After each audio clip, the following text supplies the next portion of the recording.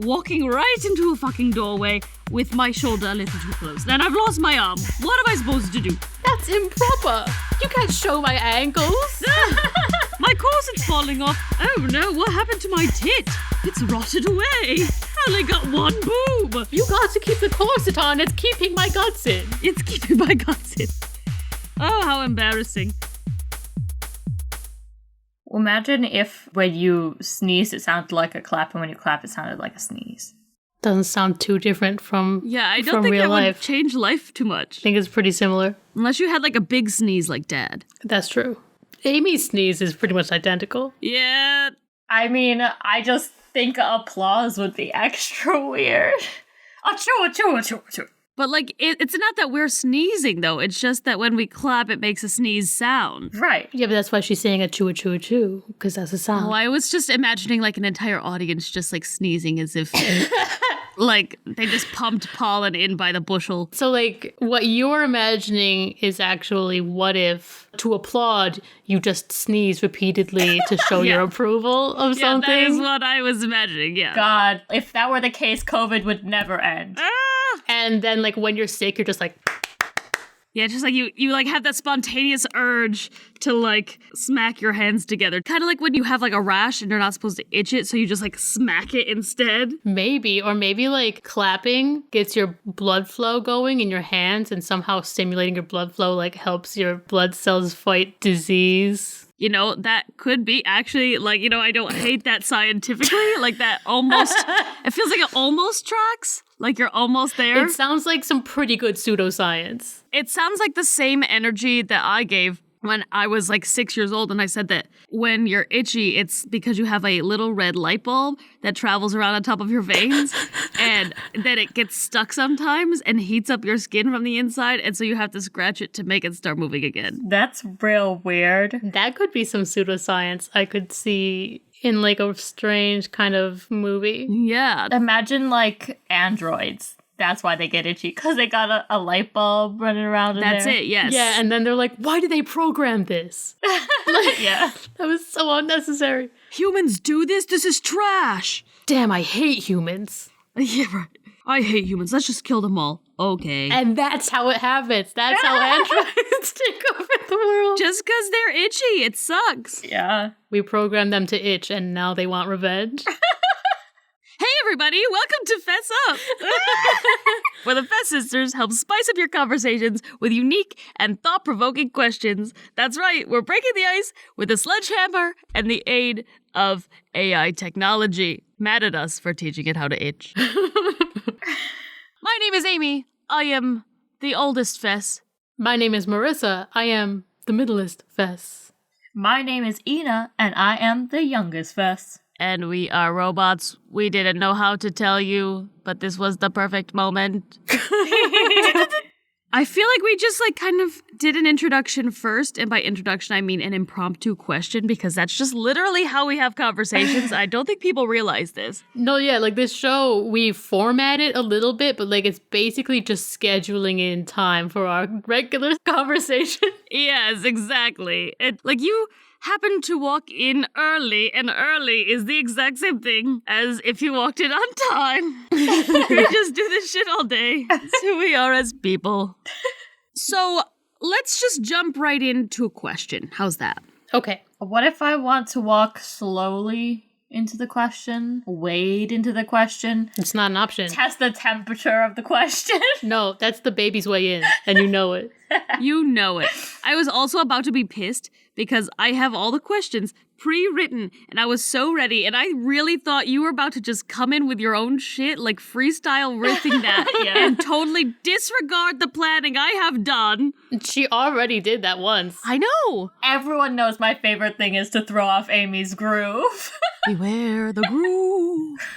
You are the little old man in Emperor's New Groove. Gets chucked out of a window, and he's just kind of like, yeah, I kind of deserve that. It's very true. All right, here's our first question. If you were to update the classic Lady Marmalade cover from Moulin Rouge, which featured Pink, Lil' Kim, Maya, and Christina Aguilera, but with 4 new modern female artists, who would you pick? pick 4 people you think would sound bomb together. And I do want to clarify that, especially for the rappers, because I do think we should definitely have a rapper in there. I don't know how many rappers you guys are like super familiar with. Some. That's probably me too. But I do think that we should try as much as we can to follow the same format that they did, which was like basically 2 people who sing primarily and 2 people who kind of rap or do hip hop. Okay. Well, I'm just gonna say this right now. Yeah. I am like the world's worst music student in that I don't know any singers. Yeah, you're not into like the modern shit. You're like, what's happened in the last 10 years musically? You don't know any singers? I mean, I know of them, but I don't necessarily remember what songs they sing. Or That's fine. or like necessarily what their sound is. I just know that that's a famous singer. Ina, listen to me. Yeah. Fake it till you make it. Just bullshit, and we probably would not know if you did not preface it with that. I'm hoping. If you come out with like Bruno Mars and we're like, that's not a woman, and you're like, oh, it's not. He has an angelic voice. Well, like if I could just put anyone in there, I'm putting Ramin in there just because I love him. I mean, who wouldn't put Ramin? But Ramin, I could have sing me the menu at Arby's. Literally. And that would be pretty good, you know? fresh, never frozen roast beef. So let's do this, okay? I'm going to go to a randomizer. Beep, beep, boop. That's how you know I am not lying about being a robot. A robot. Beep, beep, boop, boop, boop, boop. Every time they're like, are you a robot? I like start sweating, which is weird because I'm not supposed to do that. And I'm afraid I'm going to like... They programmed it in, just like the itch. The annoying sweats. You're right, but I'm afraid every time I'm going to fry my wires. Well, that's why you sweat on the outside and your skin is waterproof. I would know. I designed you. That is a twist. Oh! The plot thickens. All right, here we go. I've put all our names in a randomizer. The order is Amy, Ina, Marissa. Okay. All right. It's going to take me a couple of seconds. One, just to think up. two. No, don't you couple. count out loud. If you count out loud, it will take me many seconds because I'll be One focusing on you Mississippi, counting out two loud and not the Mississippi. thoughts in my head. Okay. Ready? Mm-hmm. It's going to be Lady Gaga. Ooh. Ugh, I was gonna do that. That's okay, because if we overlap, that might make our final song, you know? True. So it's going to be Lady Gaga, Halsey, Mm-hmm. Megan Thee Stallion, for sure, and Lizzo. Wow.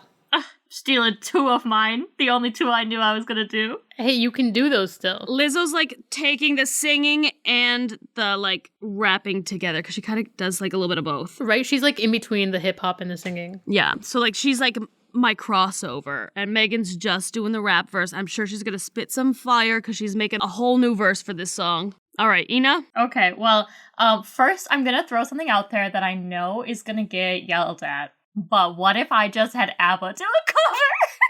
No. No. Okay, sorry. I just love ABBA. ABBA is right out. Okay. I know. Well, I was gonna do Lizzo and Lady Gaga. Okay. You can still do that. All right. Well, and then I didn't know who else to do, so I literally typed in female singers on the Google. On the Google. And I mean, the only other female rapper I know is Nicki Minaj, so I guess I'll go with that. Yeah. And the only other female singer I could think of before typing it in Google is Beyonce. This is an eclectic group that I'm not sure how well they're going to mesh together. I don't know, Amy. I don't know what to tell you. These big personalities are what we're looking for in a Lady Marmalade, so I could get behind it. It's just gonna be interesting. Yep. We got the best and brightest making this cover happen, so okay. All right. So for the singers, we gotta have Ariana Grande in there. She's gonna add in those like high harmonies and her like whistle tone and those like riffing. For my rapper, I'm also gonna do Nicki Minaj, but it's not because she's the only female rapper I know. It's just because I feel like she would really vibe with some of the other voices I'm putting in here. Mm-hmm. We're gonna have Lizzo doing mix between the singing and the hip hop. And then I'm going to put in Kesha. Ooh, she has not gotten to do much. Right? And she like totally could nail this. Okay. This is our final like 12 people, even though some of them are overlaps. So it's like their final 10. Yeah. Well, 9. Obviously, Lizzo is in. She's overlapped for all 3 of us, so we all agree Lizzo's got to be there. Mm-hmm. I mean, this project was made for Lizzo. Lizzo is Lady Marmalade. So, the other people who are overlapped, we don't have an all 3 overlap, so we don't have to go with these people, but Lady Gaga and Nicki Minaj are the other 2 who are overlapped by at least 2 of us. Right. Which I'm not mad about, but if you like Nicki Minaj, you're gonna love Megan Thee Stallion. I agree with that. Nicki Minaj, I feel like, is not as relevant anymore. Definitely true. I mean, she's kind of like retired. That could be why she's not as relevant anymore. I think Megan Thee Stallion, she is more relevant. Her sound also works well. It's a different kind of sound, but I think it would go really well with Lizzo, for one. I think it would. And I would like to point out that she calls her fan base the hotties. Ooh, okay. So she's like out here, like she literally bought a couple Popeyes franchises and like started introducing a hottie sauce. Yes. Her brand is like she and all her fans are hot.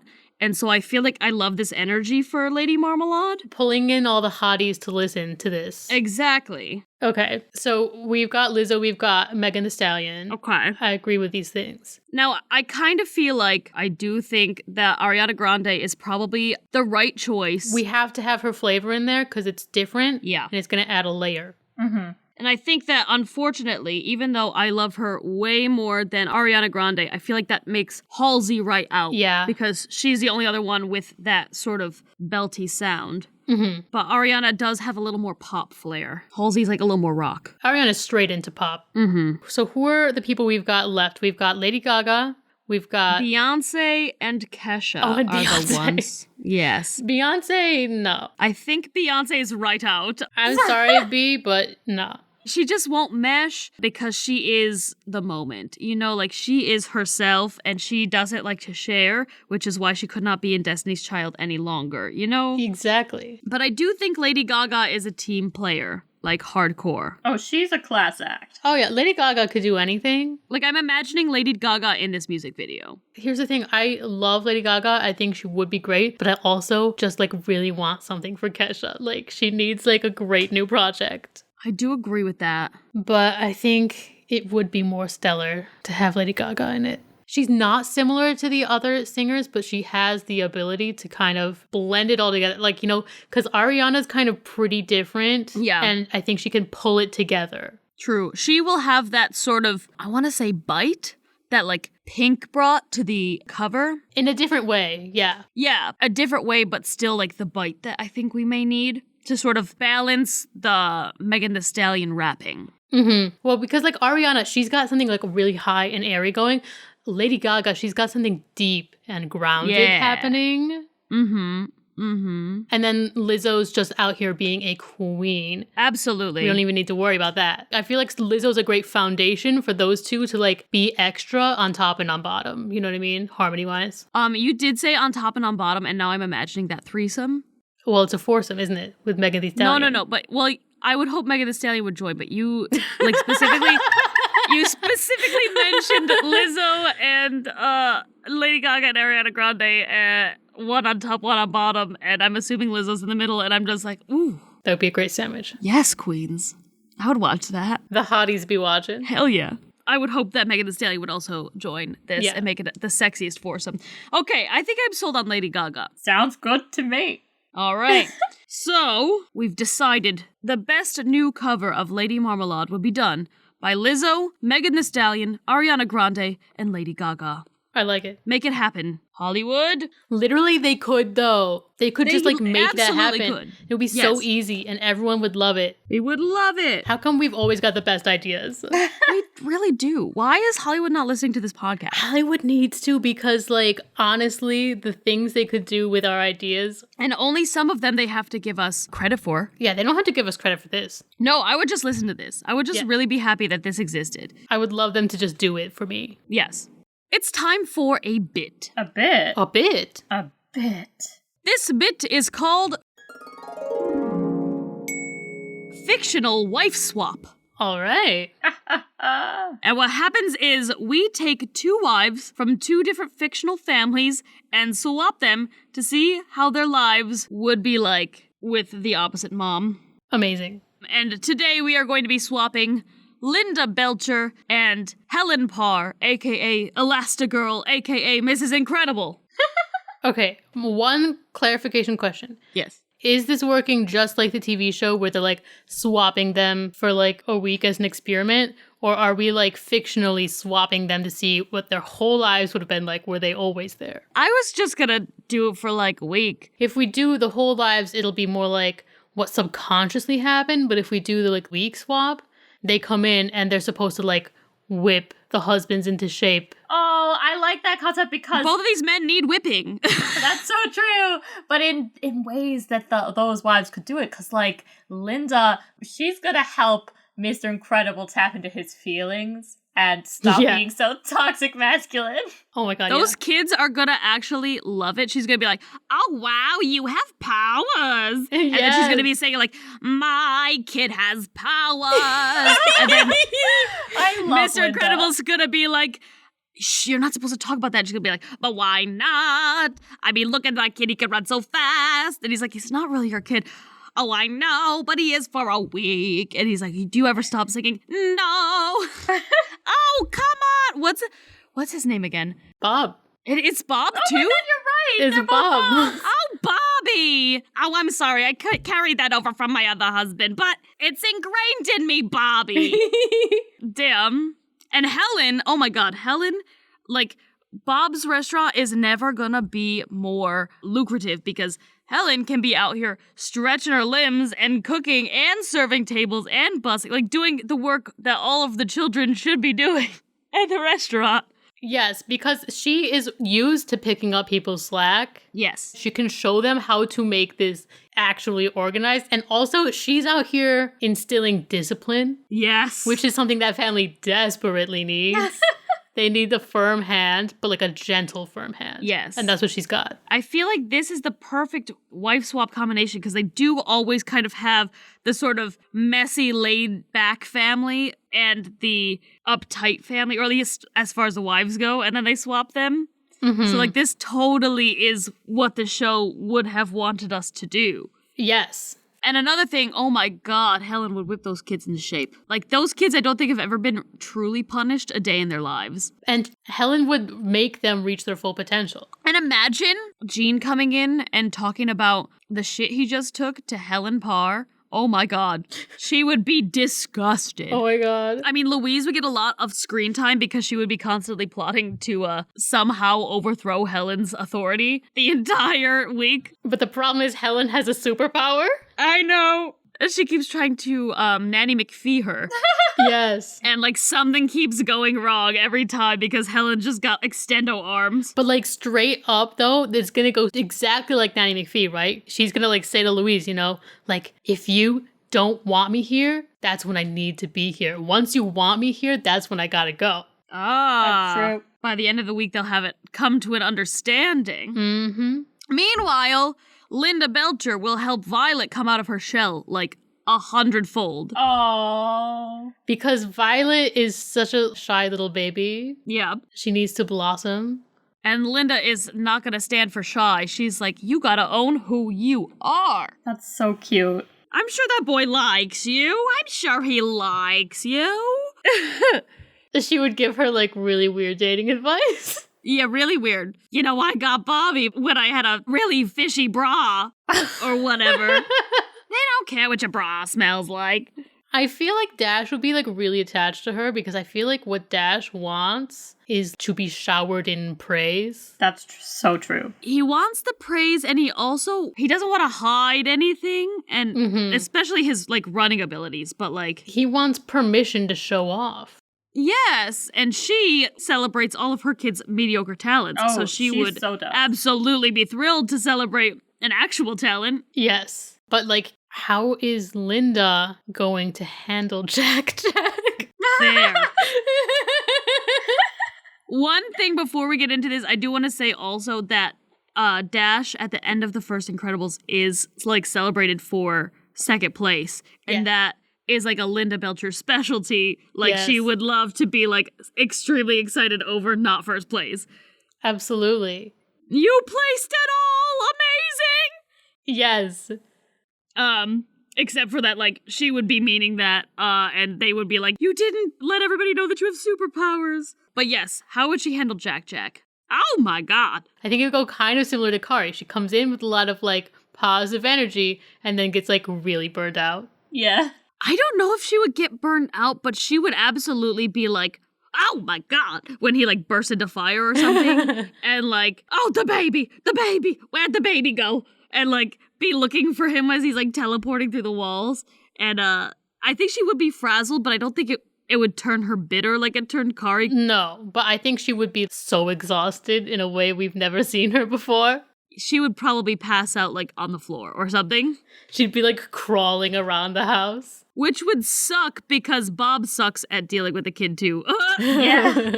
I feel, though, like, her kids were also handfuls like that. Like, obviously not superpowered handfuls, but I feel like at least Jean was like a pooping nightmare. And Louise was probably always coming home with, like, fucking scorpions and shit. Right. Or, like, setting something on fire on accident. I mean, obviously it's going to be an adjustment, but I think she'd get the hang of it. I think if she had more than a week, she would. I don't know how long Wife Swap usually works on that show. I've never seen the show. I don't know either. I feel like Jack Jack might be a little more well-behaved for her because he operates on a very playful wavelength that I think she might be on. You're right. He might be entertained by her. Yeah, I think he distracts himself with his powers because he's bored a lot of the time. That's true. I mean, you know who he did not have a single issue with at all? Edna Mode. Yeah. That's true. Because she kept him stimulated at every moment. Speaking of Edna Mode, Linda and Edna Mode, that friendship would be so good. Oh, be everything to me. Honestly, at first, I'm like, they wouldn't get along at all. But the more I think about it, I'm like, no, they would. I feel like Edna would, like, reluctantly start to love her. You know what I mean? Yes. It seems like Edna would be like, ugh, this plebeian, look at her with her jeans on. What the fuck?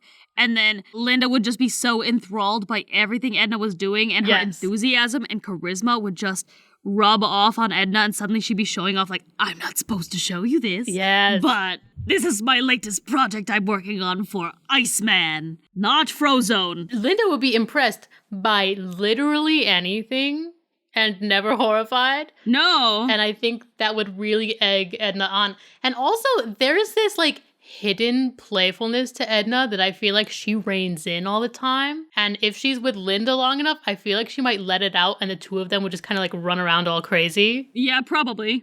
She'd be like, oh my god, so like, what if I had lava powers? How would you deal with the lava powers? And then all of a sudden they're in like a 2 a.m. half wine drunk creation session where they're just like coming up with like weird shit for stuff that Edna will never have to costume ever in her life, and yet here we are. Like, what if you shot burgers from your hands? What if you shot the burgers? Edna's like writing out the science, and Linda's like, what if there was a sweep of purple?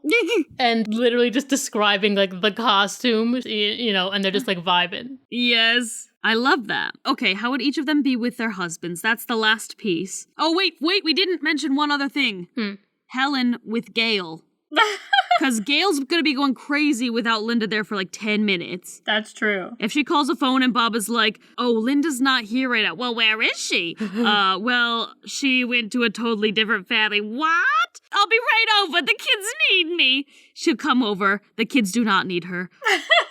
She meets Helen for the first time, and what is Helen going to do to this poor, miserable, sad woman that Linda's just kind of enabling? Well, I think Helen, she's a very sympathetic kind of person. Yeah. I think she might, like, dig deep emotionally and maybe therapize her a bit. I would hope she could try to therapize her a bit. I wonder if it's possible. Well, that's another thing, but I think there will be at least a little progress. I hope so. I feel like she would be a little more tough love to Gale, and I do feel like Gale would end up crying a lot. That's fair. I don't think Gale would like her. Yeah, and honestly, I don't think Helen would like Gale either.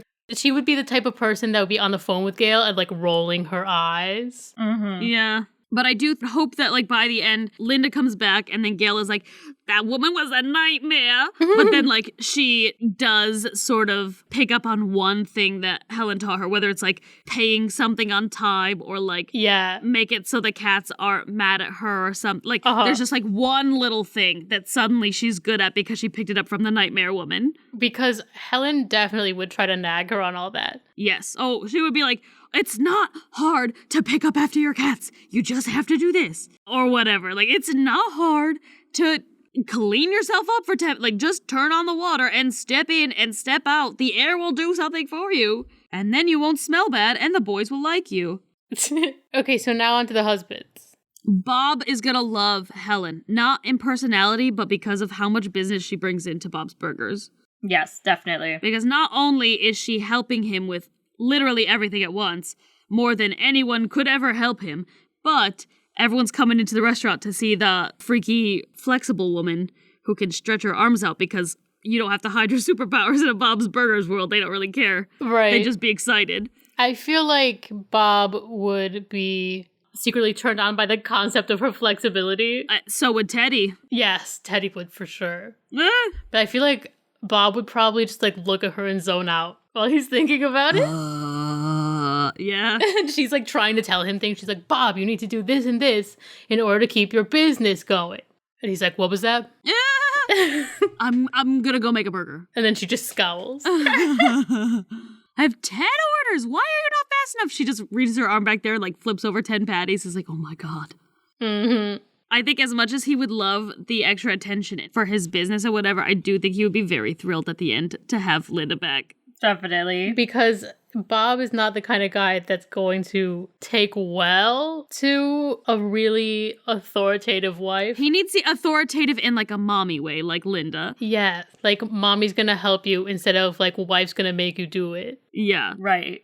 Also, I feel like every time his business actually does good, he doesn't like it. He likes the concept of it, but anytime it actually is going good, he doesn't like the way that it is. Wait, can I say one more thing about the business, though? Yeah. Helen would be super competitive. Oh, yeah. She would get super into the rivalry they've got going. She would. Yes. She would sabotage Jimmy Pesto, and he would be absolutely defenseless against it because she's got superpowers. Like, honestly, she's such a competitive person, if you think about it, you know? She would live for it. She really would. And she would, like, as a superhero, like, every time Mr. Fishoder was, like, being shitty about the rent for some reason, or, like, coming around being, like, annoying about something that they have to pay for that he may or may not have disclosed already, she's gonna, like, try to get her justice as a superhero. On the other side, Bob Parr would never be home because Linda would annoy him so much. I think he would be driven fucking crazy.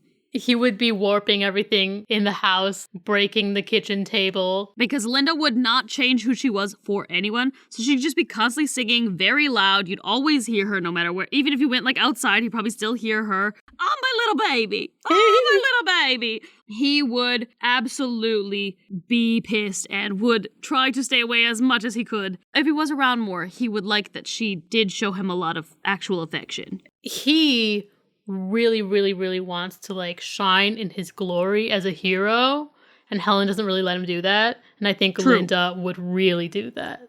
Who cares? Go fight a little crime. Do you think that the wife swap would be successful? In teaching them lessons, I think so. Hell yeah. And it would make for some great TV. It would make for incredible TV. Well, guys, this is where our ads would go if we had any. So now let's ask the next question, because we don't. Guys, does SpongeBob's dick have holes all over it too? Oh. And follow-up question, does he pee out of one or all of the holes? Or does he just wring out his dick because he is a sponge? He wrings it out. Is that even a question? That feels correct to me as well. But also, though, we've seen into his pants, and he doesn't have nothing down there. True. I think he must be a grower and not a shower. That's possible, but that means it doesn't really show for when he's peeing. He just, like, wrings the bottom half of himself out. That could be. But I think that his nose is the best clue we have into what his penis might look like. So, pretty solid. And it is only got the normal 2 holes, so. Yes. So I think it would look normal. But would it be square-shaped? No, his nose isn't. I feel like it would be like his nose shape. I feel like it's pretty much the same thinness as his nose as well. Do you think his nose is his penis? I've always kind of thought that a little bit deep inside.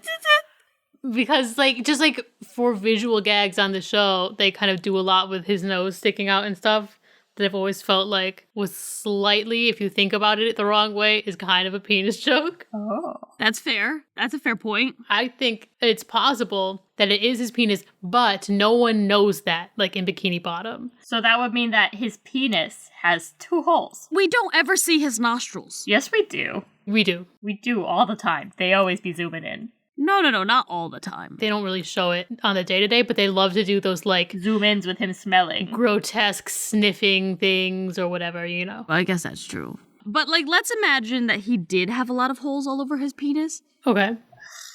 Do you think that he would pee out of all of them? I mean, yeah. Just, like, He would. as if it were, like, a shower head. Just, like, psh. Yeah, but then it would be going in all directions, like a fountain. I mean, that's how it would work. It will be awful, and I would hate Maybe that's that. why he has a snail to clean up. Ew! That's not how Gary works. A snail's job is to clean up waste in the tank. Yucky. I dislike this so much. It's unfathomable. But here's the idea. Don't. Okay, yeah, I'll just, completely disregard my feelings. Yeah, exactly. Go on this journey with me.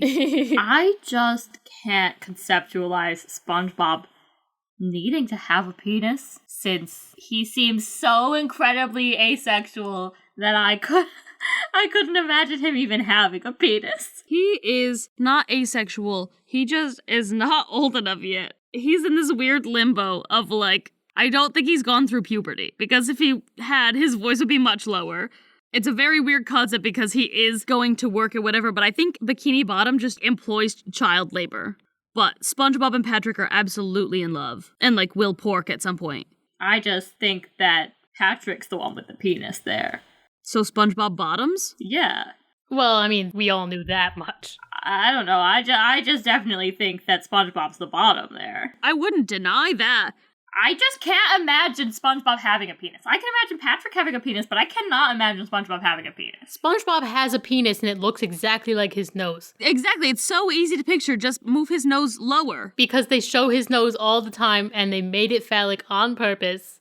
They've made, like, erection jokes with his nose. I'm sure they have. I can't remember one specifically off the top of my head, but his nose is always springing up. One time he had underwear on his head and his penis was right where the crotch is, so. You mean his nose was? Yeah, his nose. To be fair, I just think that's how it would fall if you put underwear on your head. Yeah, but they designed it that way on purpose. I do think that his nose was deflated once and then, like, reinflated. Yeah. I can't remember the episode or what happened in it, but I do remember that. I've seen it spring up as a joke. Yeah. So.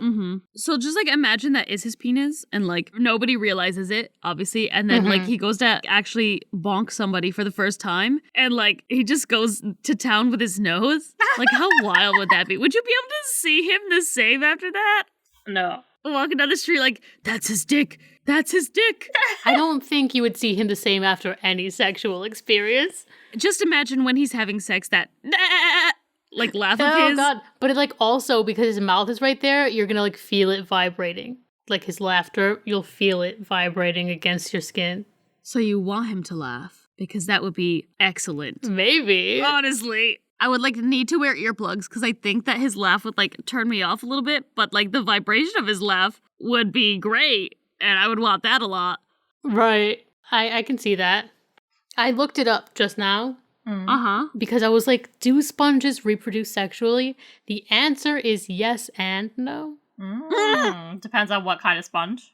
Apparently, they can reproduce sexually and asexually. Well, he seems incredibly asexual to me. I could absolutely see that with SpongeBob, though. Like, he is, like, depending on the episode, I'm like, this dude fucks, and sometimes I'm like, this dude, too young to fuck. No, literally sometimes one episode he'll seem like an adult, like he's 30. Yeah. And the next one he'll seem like he's 5. And it's very confusing. It is. Like, he goes to Weenie Hut Jr.'s, I'm like, you belong there. And then, like, the next episode, he's at work, but he's, like, doing all of the work and, like, getting mad that Squidward's not doing any work. Yeah. And I'm like, holy shit, this is just an overworked fucking 35-year-old. I think he's just got an emotional state of a child, but, like, the mental state of an adult. Which, like, relatable. Yeah, right? But let's get this out in the open, too, while we're on the topic. Squilliam and Squidward be fucking. Oh, 100%. They're at least exes. Okay, I just wanted that to be clear, because they definitely are fucking. No, but they're definitely exes. You can tell by the deep animosity Squilliam has for Squidward. He wants to rub everything in Squidward's face because he still loves him and he's like heartbroken. Uh-huh. Because Squidward definitely was the dumper. Damn, that's fair. Like, all of Squilliam's friends are hired. Yes. He just pays them off to pretend like they're friends. Honestly, how do I get that gig? I'll pretend to be anybody's friend for some money. Right? I would love that. Yes. I'm a great friend and a great actor, so I could be an incredible paid friend. Yeah. I have no moral qualms about that. Yeah, not at all. It gives me incentive to not flake out when we make plans because my mental state has changed from when you asked me. OMG, so true. I'm just saying, you guys are totally setting up a rom-com. You're gonna end up falling in love with them. Well, this isn't a fake fiancé scenario, though. This is a fake friend. Okay. You're gonna end up being actual friends with them. It's like more like a buddy com movie. And we become best friends. But like, if you are saying we become friends with them, okay, that's what you're saying. Yeah. So if we're saying that we become actual friends with them, will they keep paying us? Right, they won't, which is bad. This movie has a bad ending. I don't like that ending. We're now financially worse off and we have a friend? The friend taking up our time that we could be spending being someone else's fake friend. Yeah, exactly. My fake friend business needs to kick off. Yeah, this is my job. This is my profession. I am a professional fake friend.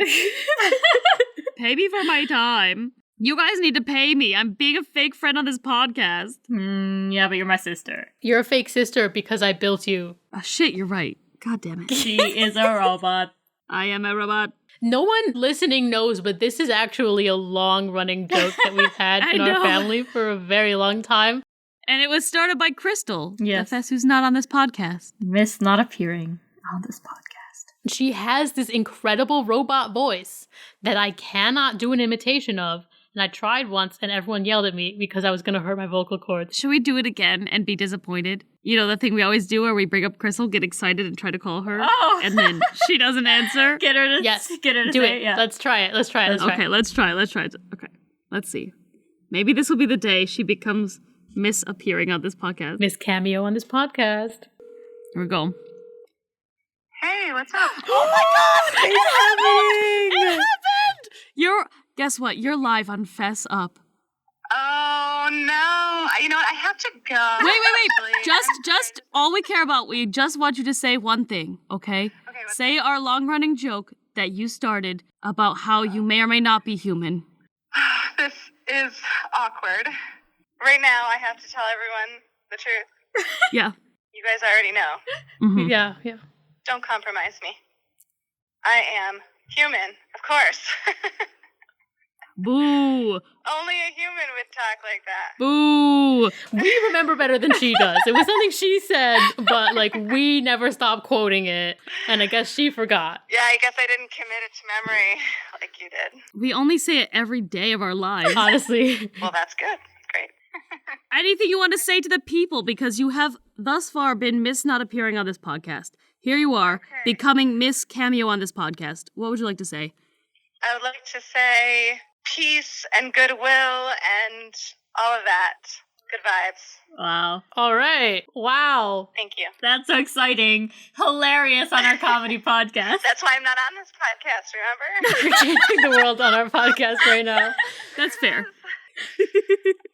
Thank you for this riveting revelation. You have inspired our 150 listeners. Anytime. Bye.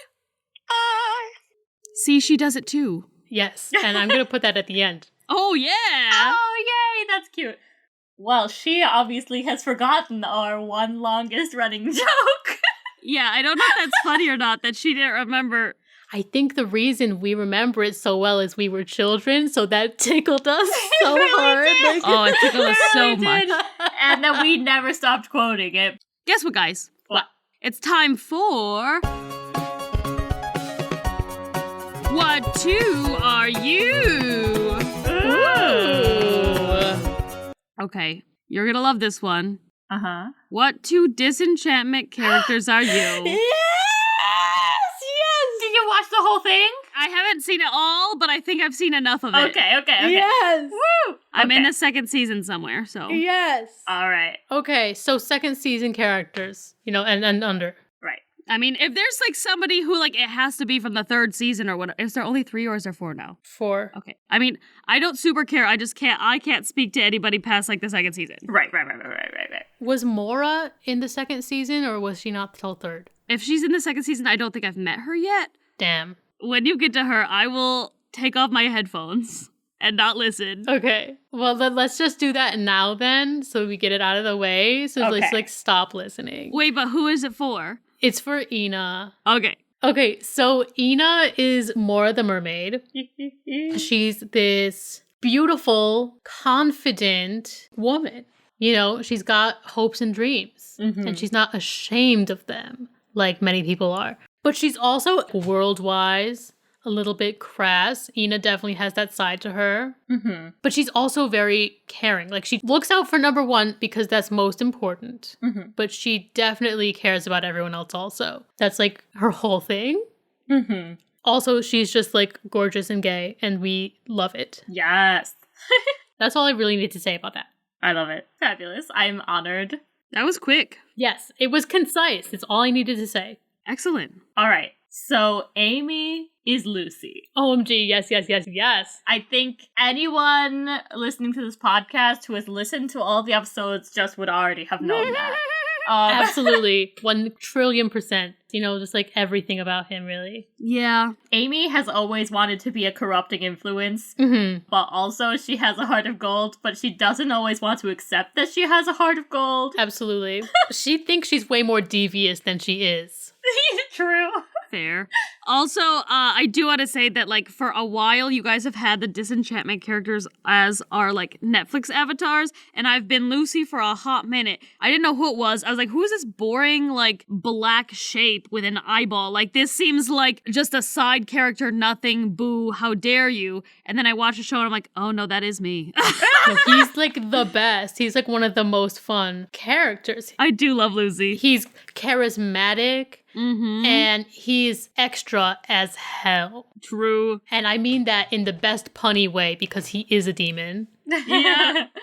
And yeah, I mean, he is the person that's kind of giving you negative peer pressure, kind of as a joke. Mm-hmm. Also, he is very into the yes and because of just like the fact that the first time she saw him, she was like, are you a talking cat? And then all of a sudden everyone's calling him a talking cat. And he has never once tried to correct anybody. He's just been like, yeah, meow, what's up? And the fact that he is kind of feline. True. Amy loves cats for one I thing, do. but also she's got that aloofness Ooh. that cats are known for. And so does Lucy. Mm-hmm. Yeah. And there you go. Marissa is Tia Beanie. Bean is both weirdly ambitious. Like, she wants things, but I don't know that she knows how to put into words what she wants. And then also, like, she is a constant battle between me want, but also me don't want to do anything. Yes. Like, and that's very Marissa. Like, Yes. it's like the dog meme where it's like, with the ball, like, no can take, just throw. Yes. Exactly. But also Bean is super fun. Honestly, has a lot going for her that she refuses to recognize about herself. Mm-hmm. Very beautiful, but like, I don't know that she believes it. People fall in love with her on the regular, but she's like, ew, about it. Yeah, she's always friend zoning them. Yeah. And then like, also just super fun. Marissa once had buck teeth, the end. That's true. I don't think that's the end, though. I think that there's a lot about Bean's like intelligence, but also kind of like crankiness that I could I definitely relate to. No, you're so right. Always like the desire to fight instead of do anything else. Yeah. True. The fact that she is often like trying to find somebody to be with, but doesn't want to be with the easiest option. Yeah. Yeah. Right. Absolutely. She's like, I could be with you because you are right here and I do like you and you definitely have liked me with everything that you have. But it would be way more fun if I was with literally anybody who wasn't you. Literally. No, I know. I'm out here like, oh gosh, you like me? It isn't. I like you a little bit less for that. Yeah.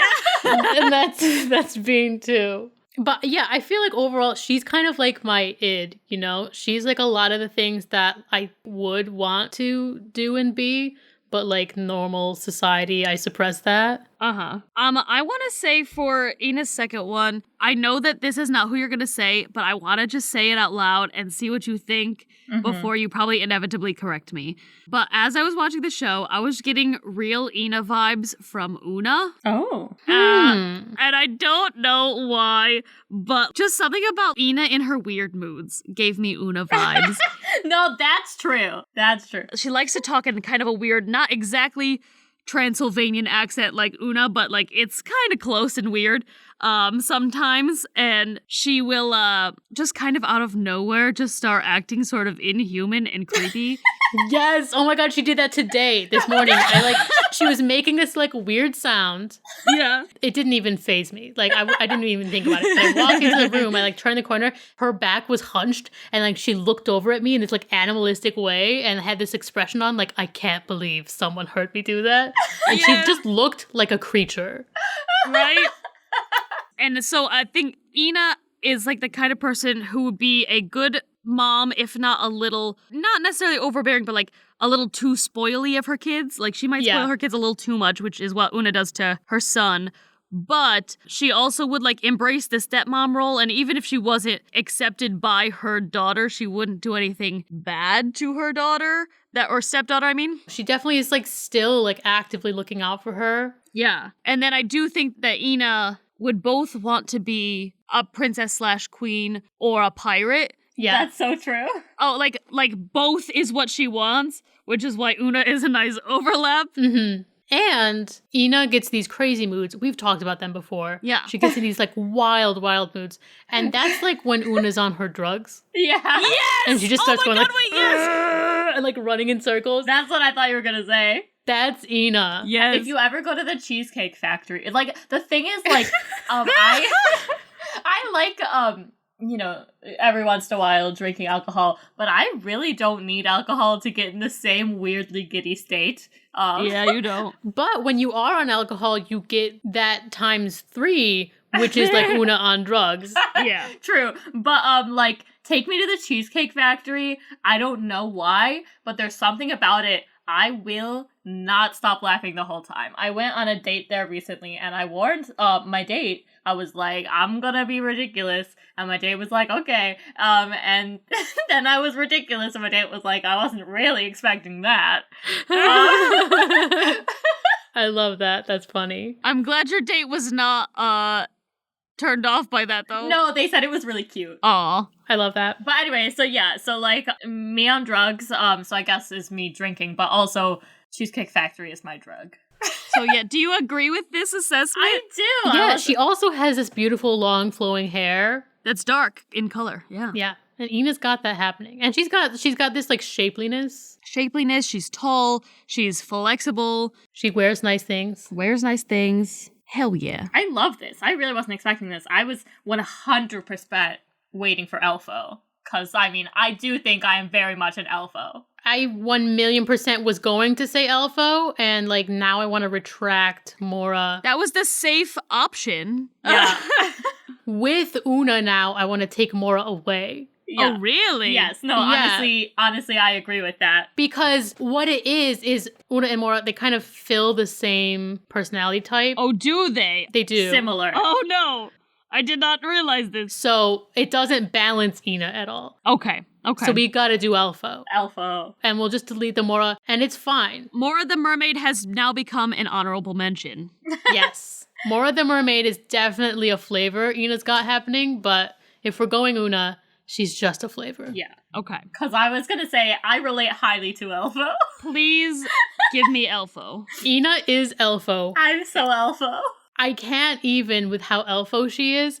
And like, that's both a compliment and an insult. I know. Oh, yeah. Because Elfo is so controversial, but there's a lot of sides to him, especially as the show goes on. He's got a very developed character happening. But like, overall, he's funny, but he doesn't always mean to be. Mm-hmm. No. Sometimes it's just easy to laugh at him. That's so true. Oh, absolutely. He's like a little bit clingy, not in the like, I need to be with you, but in the kind of like, I'll let you talk and I'll just kind of like follow and like be around you kind of a way. Mm-hmm. You know, he's not always the one initiating a conversation kind of a thing. He just like wants to be there, wants to be with his friends. But he does have a lot to say when he's in a mood. Mm-hmm. He's very sassy. He's like a stickler for the rules. Even when the rules are bad, he's just kind of like, well, I'm not allowed to go back there. And they're like, but it would be great if you did. And he's like, but I'm not allowed. Yeah, but at the same time, he does break rules. Yeah. You know, when he feels strongly enough. But in general, he tries to like be good. His aversion to swearing. Yeah, he's very, very sarcastic. Mm-hmm. He's kind of petulant. Yeah. And that's not Ina's constant state. It's just something that happens sometimes when she's in a mood, you know? Yeah. The cloyingly optimistic Yes. and like sometimes too nice where you're like, is this real or is there a motive here that I'm not seeing? Right, like super nice. But then sometimes, same guy, same girl, you know, very mean all of a sudden. And you're not expecting it. Yeah, you're like, what? You were supposed to be the nice one. What is happening? Because he's very insightful. So when he insults you, it cuts deep. That's Yeah. so true.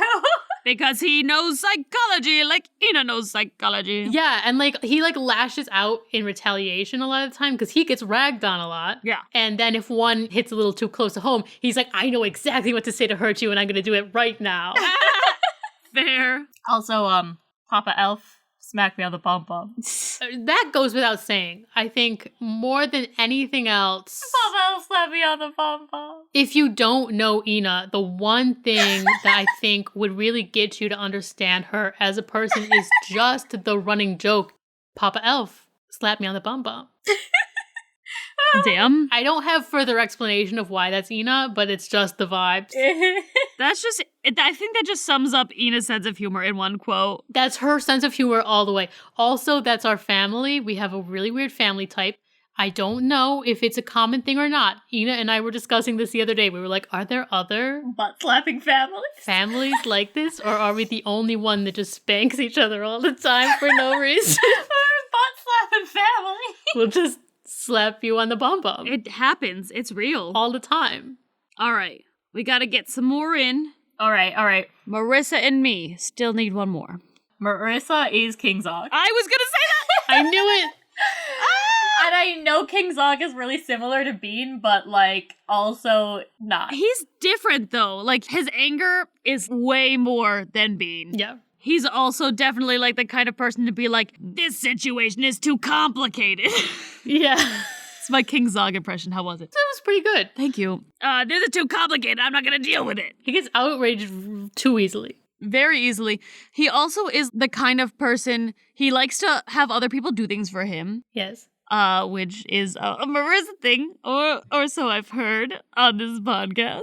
And he like used to be this great warrior, which doesn't mean anything to Marissa, but he is not that anymore because he's kind of a little lazy and got kind of used to a certain lifestyle. He's secretly deadly, but also like 98% of the time he just like thinks he can do worse than he actually can or is going to ever do. Oh, yeah. You know, the red hair. Also, when he gets like slightly annoyed, he'll just open a trap door and throw you into the ocean. Marissa would so do that. You know, someone cuts me off in traffic. I'm like, I will curse you with diarrhea for the rest of your life. I curse you. Exactly. Poops life. Absolutely. Also, not going into any context here, at some point in the show, he starts making these quacking noises. Oh, jeez. And Marissa, and I'm not going to go into why or how or what's going on with that, because I know Amy hasn't gotten there yet, but... That's very me. But the quacking noises are so Marissa. Oh my god. Also, I think that Marissa would be the kind of person who stumbles into having two spouses somehow, but like not in a polyamorous way, just in a, oops, how am I gonna fix this situation? I'm just gonna try to pretend that it's normal and I can still be with both of you because I don't want to actually stop being with either of you. Because he doesn't want to like hurt anybody. And like, Yeah. I can relate to that. And it's like a situation that like is unique that I feel like only somebody like Marissa would find herself in, where it's just kind of like, Not that I ever have. no, Just but I want think that like clarified. if something like this happened, it would be a sort of thing like he had a wife who was literally, he thought was dead for 15 years, and then turns out she wasn't, and then she gets brought back, and he has no idea that's gonna happen, and that he has another wife when he's already, obviously been married to somebody else for those 15 years because he moved on. So I feel like it might be a thing where Marissa might end up in a situation that's similarly unique, where like she's not actively cheating on anybody. It was all genuine, but now she ends up being in this situation where she's like, I have two partners here and I don't know how that happened, but I don't want to hurt anybody's feelings. I just have weird and bad luck. Yeah, that's what it is. Weird and bad luck. Yeah. All right, last one for Amy. I feel as though this is gonna get completely knocked down. Oh, I think I know. Well, tell me what you think then. No. Don't play that No, card. that's not how this works here. That's a cop-out. I feel like Amy is oddball. Oh! Oh, I don't know who this person is, I don't think. You do. Oddball. You do. He's got the 3 eyeballs. Oh, him! Okay, yeah. That's I fair. don't think so. I think if anyone, she's Sorcerio. Yeah, True. Sorcerio feels a little more me. That's They fair. still both do the orgies, so that's They do. which Yes. is like big for me personally as a human in real life where I do that. So Exactly. Sorcerio, he's confident in an incompetent way, which I feel like is almost the same scenario where like if Amy doesn't know what she's doing, but she wants to do it, she's just gonna do it and confidently. And she's a great actress, so she's just gonna pretend like she knows what's going on. Sorcerio's also like really, I guess, optimistic, but like more just like he has like a positive energy happening. he's very much like, here is a thing, and I'm just like, I know that this thing has to happen, so I'm gonna make it happen. I don't know how I'm gonna get there, but I'm gonna fucking try. Yeah. Which is me energy. You know, he's funny, but he's also kind of like a little bit dim-witted. And I'm not saying Amy is stupid, but she has like some dumb blonde moments that she's kind of adopted into her life, kind of. Yeah. That's kind of a persona that she sometimes embraces. Uh-huh. And he kind of has that going. And the orgies. Yes, he participates in orgies, and he's not ashamed of that really at all. And Amy also participates in orgies and is not ashamed of that at all. Yeah. So, in conclusion, Amy is Lucy and Sorcerio, Marissa is Tiabini and King Zog, and Ina is Una and Elfo, with an honorable mention to Mora the Mermaid. How about another question? Sounds good. Yes. Can a ghost and a zombie come from the same person? LOL. Did you really laugh LOL out loud? She did. Oh my gosh. What? Like, what response is that? What the shit? No, I love that. That's hilarious. That is the most our generation thing I can imagine. Didn't realize that was something people don't do, because I do that a lot. No, here's the thing though, I do it too. I'm not sure if I started it or if you did. I think it was one of us. I've done it before, but like very rarely, and it's not like I'm laughing LOL. It's like I say LOL out loud because I'm not fully to the point of a laugh. But you were like, LOL! Like you were like laughing while saying LOL. She was laughing out loud. That's like if someone was like, I'm laughing aloud right now. Exactly. My answer is yes. Because I think that, well, if we're going for a more dualist perspective, then there's the soul and the body. And so the soul could be a ghost, but the body could still be going around. I mean, it's still got the brainstem in there. If there's any electrical activity still happening, then it could be a zombie. I guess it could make sense how someone could be undead if in this science fiction-y world, like their body maybe wasn't completely dead, but the soul left, so now they're a zombie, you know? Right. Yeah. So there's this ghost and this zombie happening. I think that's what's hilarious. Like, could you imagine, like, a zombie shambling around and it's in your body and you're a ghost, which is where all the consciousness went, but you can't fucking do or touch really anything, and the zombie gets to do that. You get just the brain. So you're staring here looking at your stupid ass zombie body shambling around. You're like, what a fucking idiot. Why are you doing that? Why are you going in that direction? Why are you heading towards that cliff? And then he falls and it's like, yeah, now it's gonna have a hard time standing up again, you idiot. What an odd couple the two versions of you would be. That would be honestly pretty hilarious, and we should make this into a TV show. I love that idea. Like, once I said odd couple, I was like, oh shit. Here we go. It's a TV show. This is such an odd couple. But, like, also, if you were a ghost, do you think you'd have to follow around your zombie body? Like, instead of haunting, like, a place, you'd be haunting just the vicinity of your zombie body because you're just trying to keep a really dumb animal alive, like a really dumb pet. Yeah. You're like, can you just please oh my God. Like, okay, don't eat that. Yeah, you're kind of, like, looking out for it. Don't eat that. And it's like just not listening because it does not speak your language and it has no desire to learn. And you're like, come on. You like ghostly knock over a pantry of food and like, eat something from there. And then they just like walk over it. You're like, oh my God, you fucking idiot. Yeah, I think that is what would happen probably. If you weren't all the way dead, like if your body was still walking around, I feel like you would kind of be tethered, at least at some distance, to it. I just like the idea that if zombies and ghosts exist in the same universe, that they do, it just makes sense that they would come from the same person. It absolutely does. And I feel like in this scenario, it's almost like the zombie is like the really stupid pet. Yeah. And they have like this soul tether happening, almost like a leash. Only it's mainly dragging the ghosts around. But like the other ghosts are looking around and everyone's just like on a walk with their pet. And they're like, hey, Bob. Yeah, right. This one went for another whiz on the street. I can't housebreak this one. So it's like me and my dick. Oh my gosh. Absolutely, 100% correct. That's inspired, truly. That's a deep cut and I love it. Imagine the ghost is trying to fucking sleep or some shit. Which I don't know that ghosts or zombies really sleep or whatever, but imagine that the ghost is trying to, but they're soul tethered to the zombie. And so they're like trying to sleep, they're chilling, and then all of a sudden they're like jolted awake because their soul tether is at the end of its rope and they're just being dragged around by the stupid body that doesn't want to sit still for a minute. That's funny. That is funny. This all sounds like a Taika Waititi show. Yes. It does.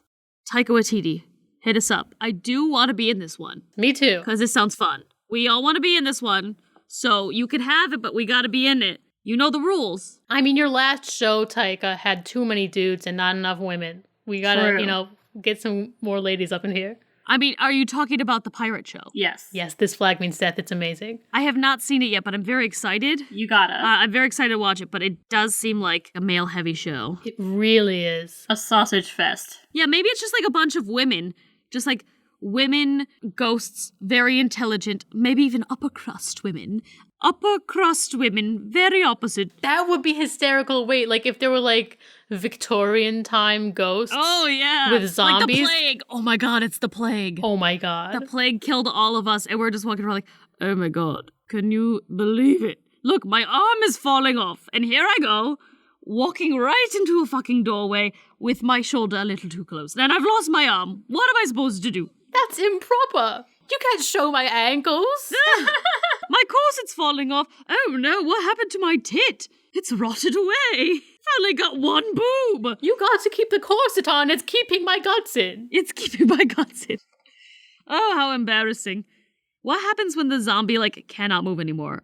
I don't know. Maybe the ghost is just stationary there. Is there any point at which the ghost can be free once the zombie's just, fully rotted away? Or is the ghost just kind of fucking stuck wherever the zombie finally camps out? It's probably one of those moving on scenarios. And maybe in this scenario, the ghost doesn't really want to move on until their body is done. Because they don't want to just leave it there wandering. Yeah. Because they're embarrassed.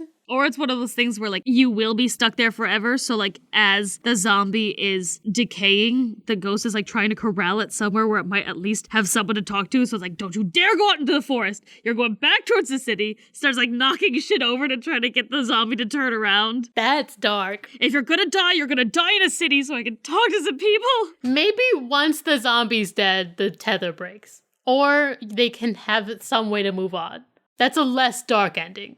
I do like the tether breaking idea too, because it's like you could see regular ghosts floating around and then they're laughing at these new young ghosts who still have to take care of their bodies. Yes, the ones that are still on a walk. Like, oh, what a burden. I remember when I had to take care of my body. Oh, it was such a dope. Oh my gosh, wait, that's so much funnier.